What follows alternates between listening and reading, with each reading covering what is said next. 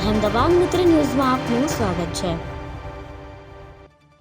સુરતના વરાછા વિસ્તારમાં અસામાજિક તત્વોનો આતંક સામે આવ્યો છે। કાર ચાલક દ્વારા બાઇકને સામાન્ય ટક્કર લાગી ગઈ હોવાથી બબાલ સર્જાઈ હતી। ત્યારબાદ બાઇક ચાલક દ્વારા તેમના મળતિયાઓને બોલાવવામાં આવ્યા હતા અને કારમાં સવાર માતા પુત્ર પર હુમલો કરવામાં આવ્યો।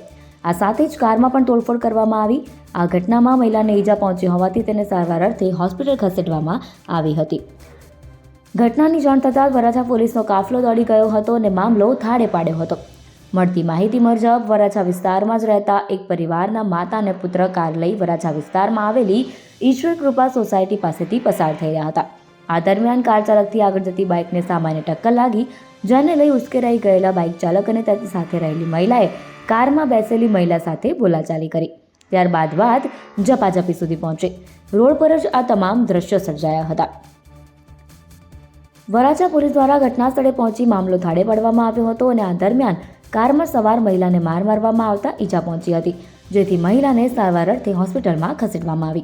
હાલ તો આ મામલે વરાછા પોલીસમાં વધુ તપાસ હાથ ધરવામાં આવી છે અને સાથે જ ફરિયાદ નોંધવાની પણ તજવીજ હાથ ધરાઈ છે। જો કે સામાન્ય બાબતોમાં થયેલી આ બબાલમાં થોડા સમય માટે વાતાવરણ ઉગ્ર બની ગયું હતું। અહેમદાબાદ મિત્ર ન્યૂઝની યુટ્યુબ ચેનલને સબસ્ક્રાઇબ કરો અને બેલ આઇકોન જરૂરથી દબાવો, જેથી દરેક મહત્વના વિડીયોની નોટિફિકેશન તમને મળતી રહે।